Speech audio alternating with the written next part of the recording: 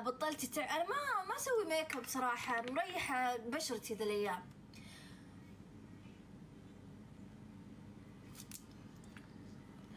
من جد لو انه يدعم القضيه الفلسطينيه كان دعم القضيه الفلسطينيه تستخدمون فلاتر، حتى يعني اذا ما عندكم فلوس تقدرون تدعمون القضيه الفلسطينيه، مو تحط لي شعار البطيخه.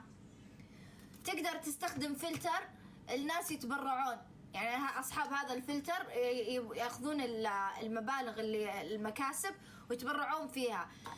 تقدرون في اغاني حق عن فلسطين وكذا تقدرون تنشرونها. تقدرون تساعدون باللي تقدرون عليه بطرق مرة كثيرة مختلفة. أما أنك تقعد تحط لي بطيخات في حسابي، أنا عندي بطيخة أنا حاطة جنب اسم بطيخة كفاية، يعني كلنا مع القضية الفلسطينية. لكن إذا أنت فعلا كنت أنت قاعد